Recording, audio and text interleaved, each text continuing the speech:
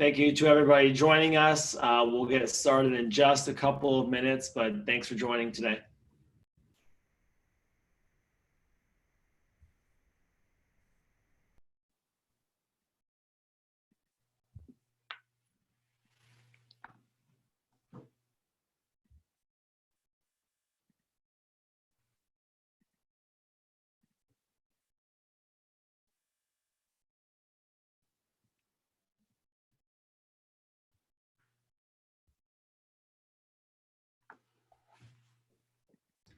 Thank you to those who are still joining us today. It looks like we still have a number of attendees joining. So as always, we'll get started about 2 minutes after.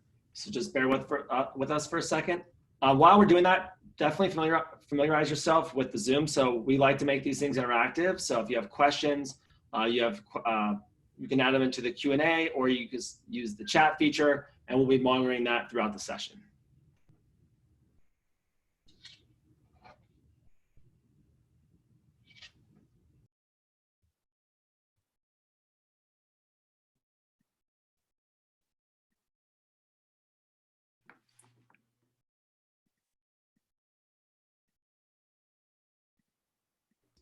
I think from a timing perspective, we're going to get started. So again, thanks everybody for being here today for our webinar, Product Expertise is Temporary, Value is Forever. I don't know about you, but I love this title. I'm very excited for our session today and very excited for the topic at hand. I think it's very timely. We've had a lot of requests from the pre-sales community around this. So this is we're going to go through a couple of introductions and what we're going to accomplish today, then we'll get right into our presentation. So I did just want to say thanks again for being here today. On the next slide, you'll see that we want to acknowledge that Zoom fatigue is real. We know that there are so many meetings out there. There are so many webinars out there. There's a lot of things vying for your attention. So we really appreciate you joining us today.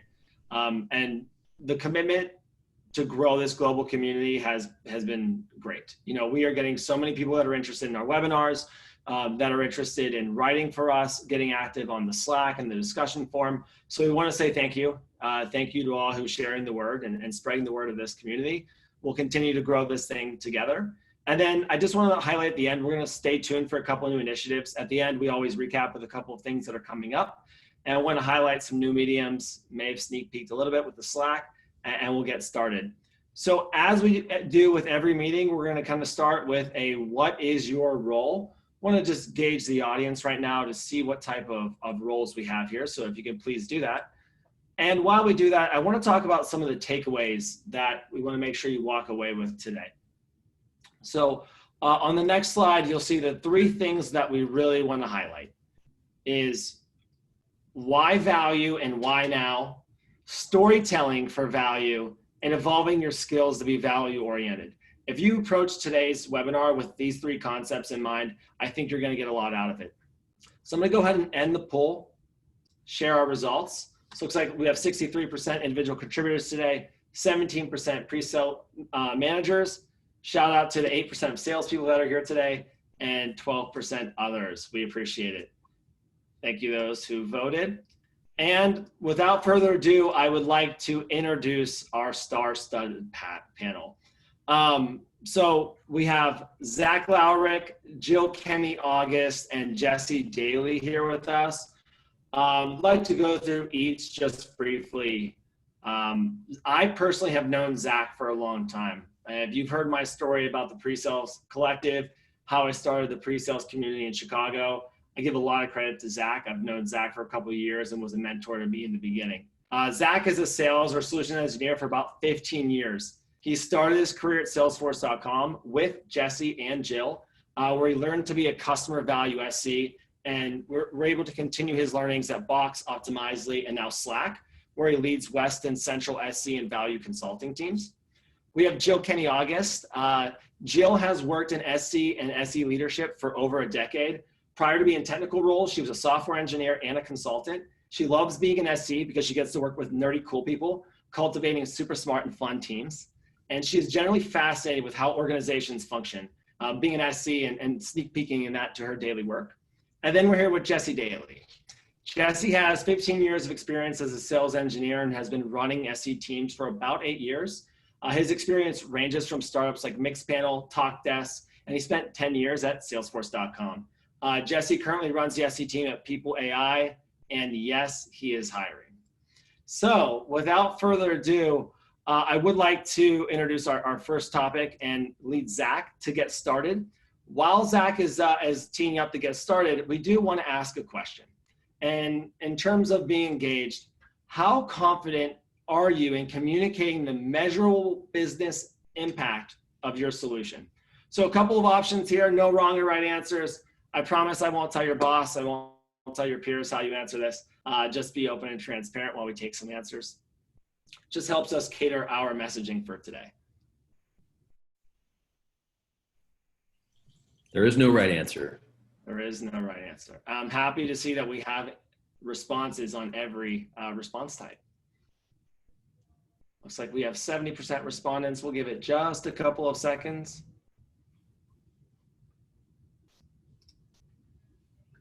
All right, great. 49, 50, over 50% people feel confident. Not very confident, but confident. Sounds great. All right, Zach, take it away. All right. Let me just minimize the screen here. But first, I just want to thank everybody for joining. You know, as James mentioned, it's a complex time, a challenging time. We know your time is valuable here today, and appreciate you spending the next 45 minutes or so with me and the all-star cast that we have here. So I'm going to talk about why value, why now, why this is as important a time as any to focus on value in your career. And I start with this image. Many of you have likely read the article that was written by Mark Andreessen now in 2011. So it's a pretty old article. The article was entitled "Software is Eating the World." It probably feels like COVID is eating the world right now. And it is a super stressful time for many, myself included. But it's also a very complex time in terms of as it relates to business and technology. And what this article was about was how software was really solving business problems and accelerating the pace of innovation, change, and disruption across every industry. And from the poll and from the RSP feeds that we've seen, most of you, if not all, are selling some sort of technology, likely software. Not only does this help contribute to complexity in the customer's world, but it helps contribute to complexity in our world and how we think about our careers and how we think about modeling the skills that we should develop over time. So we're going to talk about how to maintain consistency in your approach to your career, developing your teams, and that's what most of today is going to be about. And the reason I like this theme is that, you know, as software continues to eat the world, it means that there are just many more solutions to business problems that are evolving at an incredibly rapid pace. If some of you are familiar with the marketing technology landscape that comes out on a yearly basis, you think about when that article was written in 2011, there were only 150 software technologies or companies that would categorize themselves as marketing tech. 2020, fast forward to this year, there are 8,000 solutions, technology companies that call themselves marketing technology. So that makes things super complex for your customers. That's 8,000 things that they have to evaluate when they're thinking about solving marketing problems. But it also makes it really interesting for us, right? We're in the right business, of course, but it means that the world has figured out 8,000 new ways to solve marketing problems. And that doesn't mention all the other software technology categories that are out there as well. The graphic on the right-hand side just also shows that technology spending is increasing in traditional industries as well. So people are spending a lot of money on this stuff, and software is continuing to solve business problems for your customers. When you think about how that applies to your own career, it just means that as all of this stuff changes over time, what we really need to be focused on is the problems that we're actually solving for customers. And we'll talk about how to think about that. What's also causing a lot of angst and frustration for our customers, because we want to be customer focused, is the level of disruption that's happening across every industry. And this is really an old graphic, but I think it helps highlight some of what Andreessen was talking about in his article 9 years ago. You know, these big companies that we've all heard of, household names, were quickly disrupted by much larger companies with much larger valuations through their customer experience differentiation, but using technology to solve those new business problems for customers. So people are worried about being disrupted. They're looking to technology to help solve problems for them, and we're in the right business to help our customers understand that. But in order to do that, you have to understand what customer value means. Another interesting way to think about this, we're all in, we're all in the technology business. We're selling solutions to customers, And this technology adoption lifecycle or curve is all about how any technology that you're selling goes through this sort of life cycle as you move through the tech enthusiast visionaries into the early majority for the adoption of your solution or technology. It's something that a wide variety of companies experience and have to run through. And crossing that chasm is a really fundamental component of that journey to start to grab a larger portion of that market. And so what that means is that if you want to be successful as a technology professional and working at a technology company, you really have to think about what it's going to take to go after the bulk of that market. And what we highlight here is that the pragmatists, the conservatives, the early majority, the bulk of that market is not really buying technology because it's cool or because it's solving a sexy problem. They're investing or evaluating technology because it's actually solving real business problems. And they're not even going to look at technology unless it does. And so that's why orienting your career and thinking about the problems that you're solving for customers is super critical. And we're going to, again, cover a couple techniques, tricks, and fundamentals that you can institute and fold into your career to make sure that you're always focused on that. And this is the stuff that never changed. This is, I think, many years old quote. But as technology changes, as many different problems are solved by a wide variety of technology, what doesn't change is that customers are looking to solve business problems. But oftentimes, while buyers are looking for a particular tool or function to solve a problem, they don't know exactly the problem that they're looking to solve. So a big part of our job as SEs, solutions engineers, or whatever your title is here today, is about helping our customers come to that conclusion to figure out what that problem is that we can help solve for them, and how to define that solution. And I think one framework that I really enjoy, and if you haven't been exposed to it, it's worth reading, and I think we'll follow up with some material on this, is the concept of jobs to be done. The late Clayton Christensen, who wrote The Innovator's Dilemma, also helped champion this concept.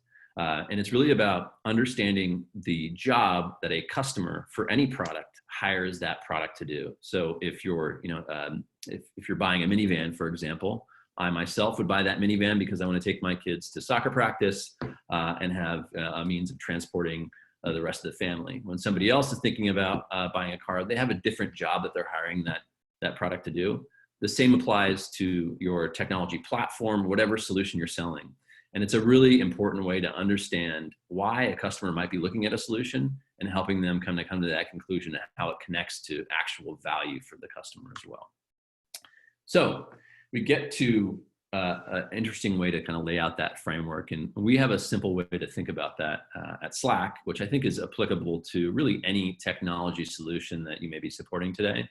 And it's really about connecting what your customer cares about to the capabilities of your technology or solution, and doing that across a variety of levels or pillars here. A lot of us, and this sort of speaks to the title that the way we're kind of framing this session today, really focus on capabilities. We spend a lot of time understanding our product and focusing a lot of our effort and energy on the capabilities of our product. And that's important, of course, because it is one of the pillars, but it is, in this case, one of a few pillars that you have to keep in mind if you really want to connect your capabilities or your product or solution to value. So that includes the company objectives. We'll frame it in a real world example. Company objectives like, for example, 40% earning growth. You find out that the company that you're talking to has this particular objective. You want to connect that to the strategies that company is going to employ to achieve said objective. It's important to understand, as well as you're doing deep discovery with your customers, what are the initiatives you're going to connect to, like at the organizational level, projects, programs, et cetera, and then connecting those to the capabilities of your software or technology solution, and then connecting it to the real business impact that you might have. This is the complete story that you want to tell your customer. And when you're really doing this well, you're able to tell this story in sequence, understand the people that are tied to each of these initiatives. And this is what really makes a great demo, as Jesse will talk about later, and helps really contribute, if you're using Jill's framework, to excellent storytelling as well. But all these components are required, and really the fundamental component here is understanding your customer and taking the time to really understand what value means to your customer as well. So it seems simple, but it does take time. It takes effort, and it's important that you care about the customer as well. And easy example of this is something, again, that I stole from I think the Andreessen blog, is a really just easy way to think about how this might look when you're connecting capabilities to business strategies, objectives, and initiatives. And again, you can kind of scale this however you want, but it's really important as you tell that story. And speaking of stories, without further ado, I'll introduce Jill Kenny August. I met Jill many years ago, and I remember when she joined Salesforce, actually. I was just a young punk, and like a couple of years into my SE career, and Jill joined, and she had all this experience, and she raised the bar and set the standard for both Jesse and myself. We thought we knew what we were doing until Jill showed up, and then she kind of just blew us away. So Jill, ready to show some of that today. I'll pass the virtual mic to you. I'll stop sharing here. Right, thank you. Find that super funny that you think I raised the bar, because when I joined this team with these guys, I had never been an SE before, and I'd been super techie and good SE. So let's go ahead and talk a little bit about storytelling and why it matters. So since the beginning of human civilization, people have been telling stories, and people have been joining to listen to those stories. So just like you see in this picture here, this picture is about 100 years old, out of a text written on the Arabian Nights, the tales of the Arabian Nights. If you know anything about ancient texts and ancient literature, you would know this, that Arabian Nights was really folklore passed down by generations since people could talk, and eventually was written down in the 14th century and has continued to be translated. But it's all centers around the idea of telling stories. This king of the civilization every night would go out and tell his daily story, and people would gather around to listen to what he had to say. It was quite a complex web of stories within stories and so forth. And we're not going to get that into the weeds with storytelling, but there are a few things that I think are interesting to note as SEs and as we tell our own stories. Whoops. First of all, why do stories matter? They matter because they build a connection, a communal experience with the audience. And I think if there were ever a time where we needed a communal experience, it would be right now. I wish that we were all in a room together so we could feel that experience more deeply than polling in Zoom. But I think we know this, but thinking about that in terms of the connection that is established. And then secondly, that connection is deepened when the story is very specific and is dynamic with the audience. So if I mold my story to the audience, they enjoy it more. And finally, this one was the most interesting thing I uncovered, and that is that the audience actually feels like they become part of the creative process during the storytelling experience. This is one that became very personal to me about a month ago when my 4-year-old twins, who we've read a book to every night of their lives, started asking us to tell them stories. And I was like, wait, that's not the deal. We read stories. And it became very apparent. I knew in my job it was hard to tell stories, but off the cuff, telling a story to 4-year-olds is tough to do. It takes a lot of planning, and it takes a lot of skill to execute that story right. And this is the art of a great demo. So art alone does not make people buy software, that's for sure, or technology. So we need that connection. We want that connection because it makes the story memorable. But when we pair it up with value, that's what's going to make people buy. And that is the science of a great demo. So let's dig into that a little bit. And here we have a framework for doing this. And like any good SE, I have stolen this framework from someone smarter than me, a guy named Todd Jansen, who may or may not be on the call, but hopefully will be presenting very soon in a webinar just like this. Todd is our Chief Demo Officer at Salesforce, and was there many years ago when Zach and Jesse and I were all working together. So this framework is pretty obvious, actually. For many years, I was telling stories without this framework, but it all sort of codified and I'm sure tightened up the execution of my stories. When I first saw this a few months ago when Todd came and presented to my team. First of all, we need a hero, right? We need a person. And to be very clear, the person in your story is your customer's customer.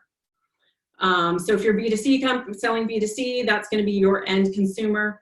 If you are a B2B, that's probably someone who is employed by the customer you're trying to sell to. And nailing that and getting that as sort of the center of your story, propping it up and having empathy for that person, that human, and the problem that they're experiencing, the obstacle they're trying to overcome, is what's going to make your story compelling and draw in and use those limbic senses to get your audience to remember your story. Finally, with number 3 here, we have a helper. That's probably your product, I would hope. That's the reason you're showing them what you're showing them. And then finally, of course, at the end of your demo, there's victory, and that is value most usually in increased revenue or decreased cost. So if we think about how do I sketch out my demo, I need to start with discovery. So like any good SE, we all do discovery. We think about the business issue and we dig into it in a few different areas. I start with the problem, the problems that person has, and then the negative impact that has on my business, on the business that we're trying to help, my solutions that I can offer to solve that problem, and then finally the victory that turns that impact into a positive impact, a positive business impact. And this is very much like a rinse and repeat situation. So you're going to have a number of these consumable chunks of story where you go through the story arc. And it's important to note that having a problem and solving it, right? What's your problem? Here's my solution. This is something that SEs have been doing for many years. So I think we all on the phone definitely do this. But to make your story really stick, go into the next level of what am I actually doing? What is the value, and what is the impact of that value? So taking it really to the next level. All right, and how do I sketch out my demo? So this is something that my team at WalkMe have been doing. So Todd presented to us and we said, okay, let's make sure and let's refine our demos. And we boiled them down into what we call vignettes, but this is really the consumable chunk of story arc that your audience can take in, and then we do the rinse and repeat. So this is an example that has 3 vignettes, and you do have features here. You have capabilities, like Zach said, and then what you should do is check yourself. Like, does every single capability or feature I'm showing have an impact? What's the statement? And make that statement. And then pull it all together as you conclude your vignette with that value statement. And then again, rinse and repeat. Obviously, another big part of putting your vignettes together and sketching out your demo is what's my audience? How deep do I need to get? How high level should I stay? And balancing the audience attention and the true capabilities that need to be seen. All right, let's talk about an example. I sold into higher ed for many years, and so this was probably my first full-blown artful story demo that I put together, and over at Salesforce. If any of that team is on the line, I think we're real sick of Stacy Cooper. She was around for quite a while though, and Stacy Cooper is a brilliant and motivated student. And she really wants to go to university. She knows she has great potential to be realized. And we're going to walk through sort of what that looks like. I think I missed. Here we go. So Stacy has a problem. She does not know where to turn. She's overwhelmed and paralyzed by the university admissions system. And so of course we offer admissions technology that brings together the universities that want Stacy with people with potential like Stacy. And sure enough, victory, Stacy, educational dreams have been fulfilled. She can now be a better member of society. So this is one vignette. Again, I would rinse and repeat for all subsequent vignettes. So I just did the admissions vignette for Stacy, and then I think about the impact statements throughout, and I spread in a lot of that limbic, like, she's brilliant and she's motivated, but she's overwhelmed also, and she's paralyzed and she doesn't know where to turn. She's a first generation student. No one in her family has ever been to university before. They don't know how to guide her in this process. So bringing in a true story to empathize with our hero helps people remember Stacy Cooper. It helps me remember. I definitely remember Stacy Cooper. So now I can check myself by at the end of the vignette talking about how our solution was able to address or increase revenue by bringing in admission or tuition revenue for Stacy, and that may sprout into additional vignettes around student success, which is a retainment revenue situation, and then perhaps into related vignettes as well. So the idea is, again, you'll artfully put these together for every meeting that you have.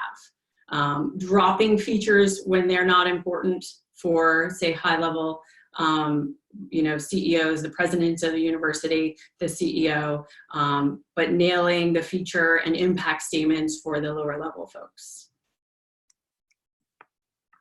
All right, so to summarize here, a couple tidbits on execution of your storytelling. Something I got stuck on early in my career was, how do I tell this story? Tell it from the first person. Tell it as if you are Stacy. I am a brilliant, motivated student, but I am overwhelmed. That's just gonna help you as a rule of thumb. Make your vignettes or your sub-stories consumable by the audience. You do not want to lose your audience, especially today with phones sitting on the table and people just pick them up and you're never going to get them back. So definitely don't risk that, and architect your story so that your vignettes and your breaks can ask open-ended questions and draw the audience in. As we mentioned, engaging the audience is really the art of storytelling. And then finding the science, as you summarize the value of your solution, bring back the emotions that you evoked when you introduced Stacy. And that is what's gonna associate that value with that problem that you solved, the hero that you were able to help. And now I'm gonna hand over to Jesse Daly, my old pal. And as I said, when I first joined Salesforce, I had come from a technical career, and I walked in and these guys, Jesse and Zach, were these young kids, and they were good at doing demos and good at knowing the product, and I was trying to understand how to do this and picking their brains all the time. I asked Jesse one time, I don't know if he remembers this, what's your favorite part about being an SE? And in perfect Jesse tone, he just said, I just like to build demos. And I think it's true today. He's really like this maker kind of guy that likes to geek out and build things, which was part of his career trajectory. He's going to talk about the skills and how his skills and how they've evolved now. That's so funny. Ancient history. Great. So hi, everybody. Jesse Daly here. So that was awesome content so far, guys. If you haven't tried the demo stories and really kind of weaving in storytelling into your demo, it may feel a little bit unnatural at first, but it makes a huge difference, and the reception is going to be great from your customers and from your colleagues. So it's a great way to step up your game. So what I want to talk about now is how to evolve your skills to be more value oriented. So when you kind of look at your career as a sales engineer, like Jill alluded to, we all start out somewhere, and we get on the phone for the first time, do our first demos. At this point, you're probably really focused on features, to be honest. And then you start to become a better salesperson, more confident in front of your customers, get in front of executives, really kind of bring in some of those skills that Zach was talking to. So the question I want everybody to ask themselves is, are you developing the right skills? So when you look around at your career, are you picking up the right tool bag, or are you actually building those bad habits that are transferable when you go and ask for a promotion or ask to, when you move on to your next step as a sales engineer? So we're going to dive into that. So first I want to talk a little bit about what is a sales engineer, because there's a lot of sales engineers out there, or solution consultants, solution engineers, pre-sales. So true story, I actually bought a guitar a couple months ago. And if there's any musicians in the crowd, you may be familiar with this company website magazine called Sweetwater. So I actually picked up the phone, talked to this great guy. He was a sales engineer selling Sweetwater guitars. And I mentioned this because the definition of what a sales engineer does can be a little bit murky. Are you somebody that sells guitars? Are you selling software? What is our role in all of this? And you see the term sales engineer floated around a lot. So we have a specific opinion on this, and I'm actually going to walk through what are the skills that everybody needs to have to kind of evolve into being the best sales engineer that they can be. Now, I also want to point out that I did buy a very sweet Gibson Les Paul, which is going to fall over right now, which I'm just going to show off for a second.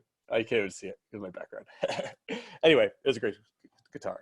Okay, so the question that I was asked when I first started my career as a sales engineer, when I was applying for the job, was what is the difference between a demo and a tutorial? And I'll never forget this question. And it's kind of been one of my defining philosophies ever since. Now, I'm 90% sure that I actually got the answer to it wrong. But if you are wondering what is the difference between a demo and a tutorial, a demo is where you actually talk to the customer in terms of business value and around their key initiatives. A tutorial is clicking through and talking about the features and how they work. If I go to this menu and pull down this drop down, then I could select this radial dial, et cetera, et cetera, et cetera. So tutorials are good for training admins and end users, but when we're in pre-sales, you don't want to go to that level of depth, and it's difficult to resist the temptation to go into feature selling. So this is step one in your evaluation or evolution as a sales engineer, moving from a feature-oriented sales engineer to a value-oriented sales engineer. Let's talk about some of the other ways that you can evolve your career and your skill set, and make sure that you're picking up the right skills as you go. So there's a tendency for a lot of sales engineers to fall into a sales support role. You know that you are in a sales support role if you show up onto a call with an AE and they say, well, I'm going to be driving this whole meeting, but here's Zach. He's going to be here in case any technical questions come up.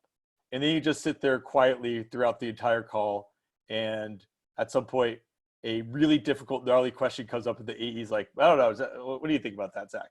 So that is somebody that is not being very strategically used in a sales cycle. So how do you become more strategic? Well, you become a co-pilot on a deal. When you get engaged in an opportunity, this is not I sit around and wait for instructions from the team. This is where you're actually helping to drive strategy. And with driving strategy, that changes your behavior. So I'm not an order taker. I'm not taking direction from the AE. We call the AE the quarterback on the team, and I believe in that. And they should be calling the shots and helping with the plays. But at some point, you need to pull an audible when you're out on the field. And this is where you can actually introduce some what I like to call friction into the sales process. I mean this in a good way. I think friction can kind of come off as a negative term, but really this is like, are we actually driving the strategy in this opportunity in the right way? And are we doing the right things? And the reality is, as a sales engineer, you probably have more at-bats and more experience selling to customers. So bring that knowledge into the sales cycle. Ask the tough questions, challenge the account team. This is what your managers, your leaders, and your next boss is going to be looking for. Is this somebody that I can actually trust to go in there and ask the tough questions and make sure that we're driving the deal the right way? Now, I say this create friction. You need to have a little bit of a bedside manner around this concept. So it's coming from a place of healthy respect and love. But if you come in there and challenge and co-pilot deals, you'll get a lot more traction in your career. Now, this is where we start to move from being reactive to proactive. Instead of waiting for meetings to get scheduled, you're going through your network, helping to build pipeline. You're expanding relationships. You're finding those key buyers that only you can build introductions to in the sales process. Become a seller. Basically become an AE. A part of an AE, part of your job is being an AE and helping as a force multiplier to expand your presence in the opportunity. And the only way you can do this is by being proactive in all the opportunities that you're working on. And then finally, I think as sales engineers, there's a temptation, we have a lot of great information. Hey, we're the smartest guys in the room. Like, how many times have you heard that? So with this, because there's a lot of responsibility around having all this great knowledge. And one path that you could take is to keep this knowledge as something that makes you special at the company. Oh, Jill is the smartest at the company and she has all this knowledge, and that's a great place to be. I'm safe, my job is secure, all this other stuff. But what the organization is really looking for and what your team is looking for is to help enable and scale everything. So I kind of jokingly say, like, as a sales engineer and as a sales engineer leader, I want to automate myself out of a job. I want to train the sales team so well that sales engineers aren't needed. I can retire on the beach, which sounds amazing right now. And I know that that would never happen, but if you keep that mentality as I am an enabler for the organization and I want to scale and help the sales team, the AEs, the other SEs, post-sales, pre-sales, I want to make everybody as good as possible at their job and share as much knowledge. That's the force multiplier you can have inside of your own company. And it's a great way to kind of a methodology to evolve your career. All right. So we kind of alluded to this a couple times during the presentation.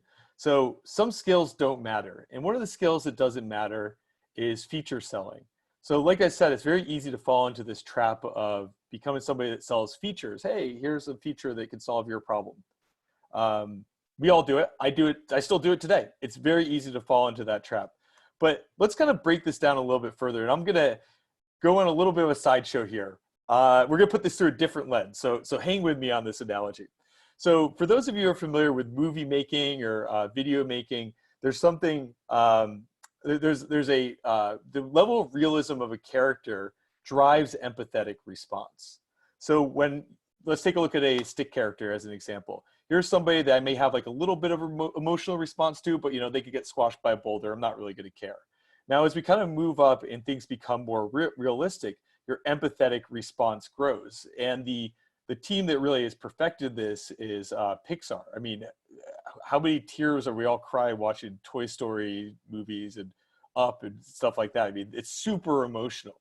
Now, the reason why Pixar works is because they didn't drop down into movies like Polar Express. So I don't know if anybody remembers Polar Express. It was kind of panned at the time, not because it was a bad movie. The characters were great. Everything worked. It was the animation. It was so realistic that it became unrealistic and a little agitating. And this gets even worse when you look at kind of like creepy Japanese robots that are like supposed to be as human as possible, but they just feel really strange. And then of course we have our most emotional response. And so this principle here is called Uncanny Valley. This is where things are so realistic that they become strange and odd. And we actually have our most emotional response with real humans, like my friends, Zach and Jill. So, hey, Jesse, why are we talking about Uncanny Valley? What does this have to do with sales engineering? I know. Okay, so let me tie it together. When you are selling to your customer, it's very easy to drop into feature selling, or as I like to call it, the uncanny valley of a demo. This is where you're just going through the motions. It's a demo death march. You're clicking on features. You're not aligning to value. So at every point in your story, and if you use Jill's framework, you can create a value story that bridges you over uncanny valley of demos. And guess what? This is what your buyer cares about. Nobody cares about your features. I got tough news for you. What they care about is this going to drive value for my organization? And you can only do that by following a framework like what we showed you earlier. So this is how you can move away or this is the importance of moving away from a feature seller and into a value seller. Skills that don't matter, spaghetti throwing. Really, this is not doing any discovery or not asking for discovery and just throwing ideas on the table. And then also kind of driving arcane technical processes at your company that don't really translate to other roles. And you kind of have like a spreadsheet or a script or something. It's like, I'm the best person at doing this, and you don't figure out a way to scale that. These are not the skills that you're looking for. Now let's talk about what your next job wants. If you can evolve these skills in your career, these are the things that will make you more attractive as you step up in your career, become a leader, move to your next company, or get a promotion internally.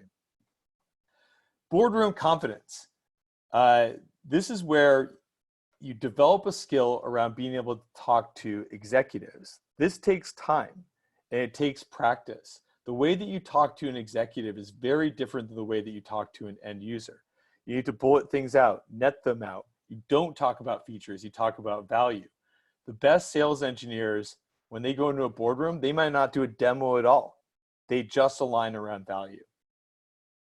Being customer oriented and having a sense of respect and love for your customer, this comes across in your career.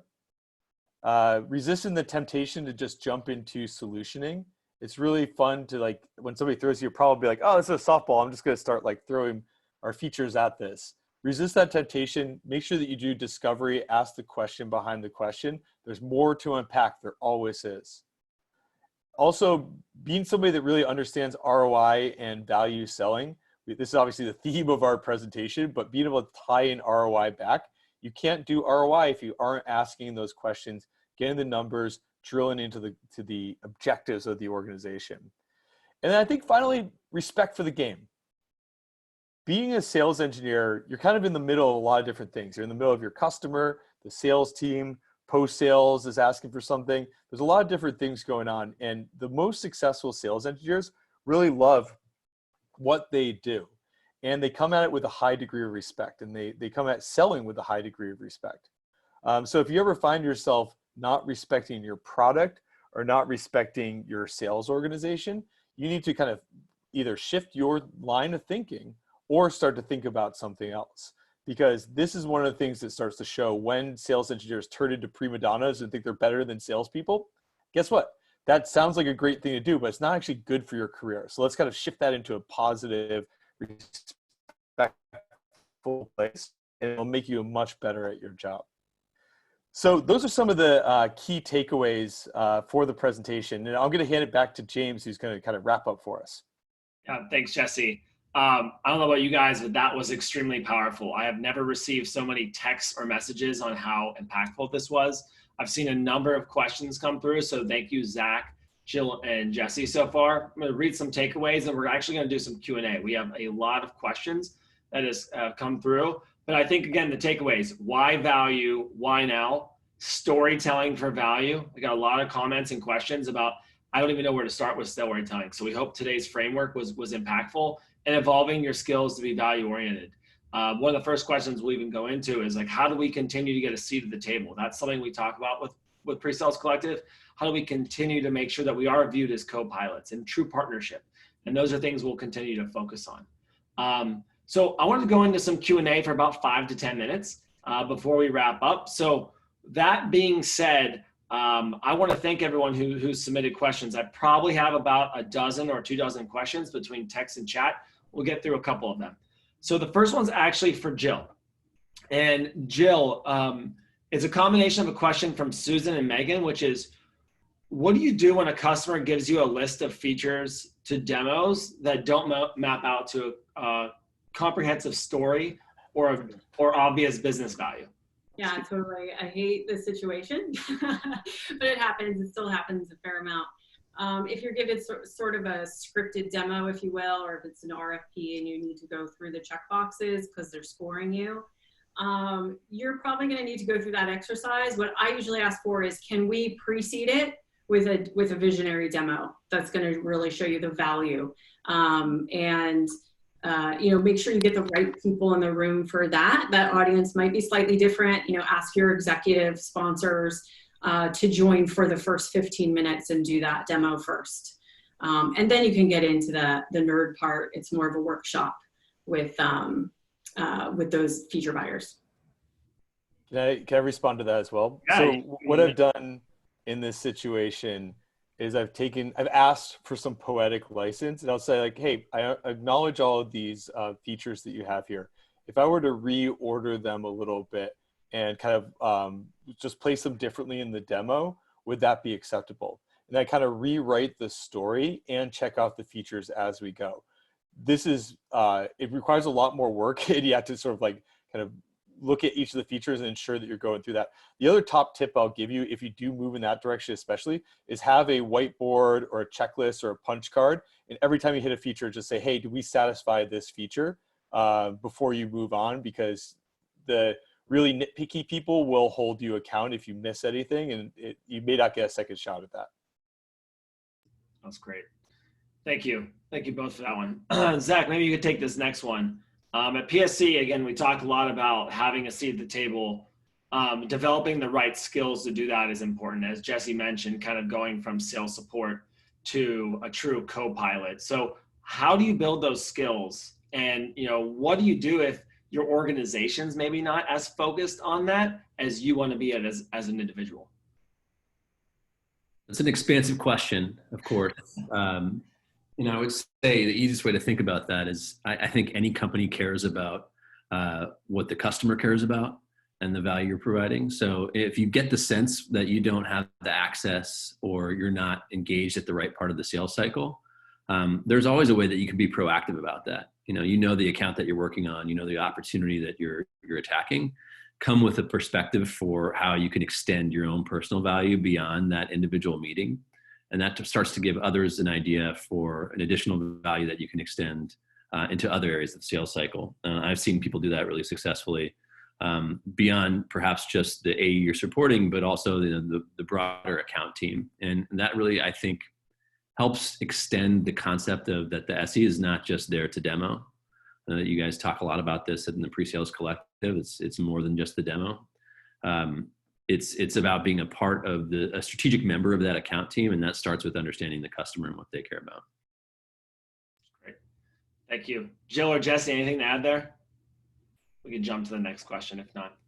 I want to add something. So the not just their demo, I think, is such an important concept for people to internalize.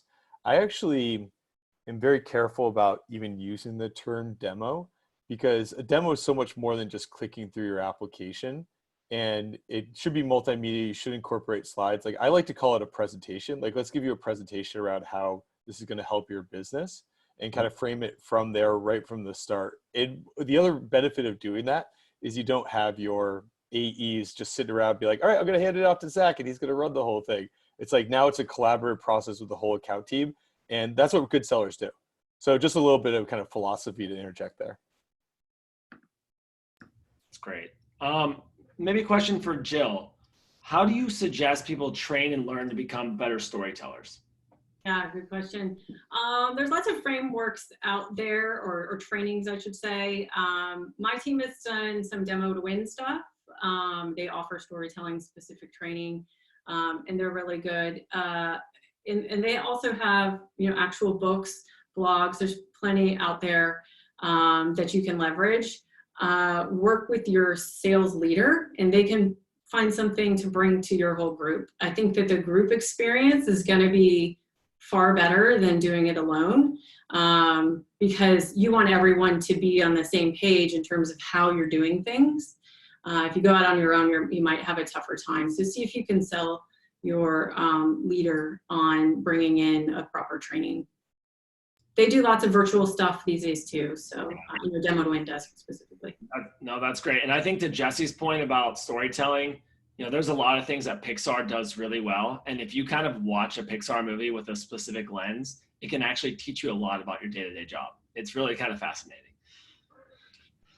We got a couple of questions. Maybe we'll wrap on this last question around post-sale, customer success managers, professional services. So, we maybe all three of you can chime in on this one, but be interested in understanding how SEs can partner with post-sale teams, CSMs, and system integrators, partners, to better understand those stories. Because I think a lot of times we think we know what stories are, but we really don't have a good grasp of what's actually happening with our product in customers' hands. So maybe some suggestions or advice on that component. I can start. I think this is super critical, especially if you're in software as a service, which many are transitioning to that model. Customer has to be successful for 3 years. So it's fundamental to the business model for the customers to be successful. And more these days, you're dragging that or pulling the post-sales engagement into pre-sales to help people understand what it's going to be like when they're a customer. At Slack, what we do is we work really closely with CSMs. Almost all of our the big deals that we do are with customer or a customer that has been a customer in some capacity, so land and expand. And it's really important that we work together with our CSMs, post-sales, and get a perspective on understanding what successful engagements look like. And you want to sort of digest that for a pre-sales audience, of course, and pick the key components to tell a story in pre-sales, but having that partnership is really critical. I think that goes without saying. Totally agree. I think that post-sale selling is so neglected, and trying to include them in the trainings and align with them from an SE perspective can really greatly, bring so much value to your organization, because they're out there trying to do a lot of the same things SEs are doing. And it's even harder because they're accountable for the thing actually working that you already sold them. So just alignment, and also advocating for enablement. So not only SE enablement, but that same level of slightly filtered version of enablement for post-sales. I think it's the best way. It can be a great place to recruit future SEs. That's true. I don't tell anybody that, but. Oh, that's awesome. Jesse, want to add in there? I made this comment already, but I think don't let the relationship get toxic. It's really on you to keep your post-sales peers feeling like they're aligned. So reach out to them, over communicate. It's just such an important thing. Buy them beers, send them a bottle of scotch. Like, it really is important that you keep them in the fold and in that place of respect and love. And that helps a lot too, because, guess what? Your customer can tell if you don't have that type of relationship. And there's nothing better in a story to cite a customer story. People don't want to hear about fictitious examples. They want to connect with an actual customer example. So you get an internal catalog, internal database of customer stories. You're going to be 100% more effective, guaranteed. Totally. That's great. And this is a great topic to end on. So thank you guys again, Zach, Jill, and Jesse, for your time today and for your input. It's been Hey, James, can I just jump in? So I'm not sure everybody understands how much work goes into putting this up and putting it on these webinars. So I just want to give James a round of applause for hosting this for all of us. It's really impressive, the work that he's putting into it. And I heard that are you going to start selling those red blazers on the web store? Where's your income model, if you're interested? Yeah, I'll post the link in the follow-up. Thanks, Jesse. I appreciate that. I appreciate this. And, I want to say thanks again. Like, the best part about this is learning and, being able to provide this to the pre-sales community, because I don't think this medium has totally existed at a large format and a large forum before. So thanks for you guys as well. And thanks for the shout out. I definitely appreciate that. That was unexpected. Yeah, thank you, Growing off. So thank you. Just in the last couple seconds, we're launching our poll, and let us know how we did today. Again, we'd love to get your feedback. Please score that and help us out. We'd love to know if we'll see you next week at our webinar, Growing and Scaling Pre-Sales and Hypergrowth. Jesse, do you mind just going through the last couple slides for me? As we wrap up, we mentioned we had a couple things that we want to highlight. So on the next slide, after all of these webinars, we always take the conversation to the discussion board. So we will post around this topic. We've had a lot of people ask if we're going to be sharing out the presentation from today. We're going to try something different and actually turn this webinar into a blog post.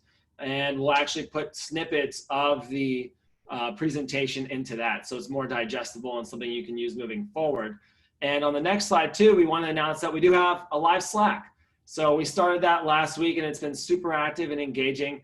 You can see Eric, Audrey, and Naz on here that are helping with introductions. People are putting information out there. Big shout out to Brian Mazzaferri from Slack, former Salesforce, who I know pretty well. He's been helping us with best practices. So it's been really fun, really engaging experience. We'll send a link out after that to join. And on the next slide, again, just highlighting what's happening in May. Something that we are excited to announce is that we will be doing webinars in the European and APAC time zone starting in June and July. We know that it's late in EMEA, so thanks for everyone from EMEA who's being here. And if you're here from Asia Pacific, it's probably the middle of the night and you should probably go to sleep. So we'll do more things in time zones that are more readily available and accessible. And on the next slide, again, beyond the demo, our newsletter, we've been really happy with the newsletter. If you have any thoughts, you have any opinions, please let us know. We've been shouting out members of the community. So thanks for that. And if you want to nominate someone, you can always email us or email me directly. And on the last slide, I just want to acknowledge some of the community. We've been putting out some new mediums of format. So you've seen some videos on LinkedIn. Again, our Slack podcast might be coming out fairly soon. And to continue to legitimize our experience, we are encouraging people to put that they're a member of the PreSales Collective on their LinkedIn. Just like Revenue Collective, Sales Assembly, all these things out there. Why not continue to get a voice and make our presence known as a community? So we encourage you to do that if you like to. Otherwise, last slide is thanks again for being here. Thanks for spending your time. Zach, Jill, Jesse, this has been a lot of fun. Thanks again, and we'll see everybody next week. Thanks, James. Bye-bye. Bye, everyone.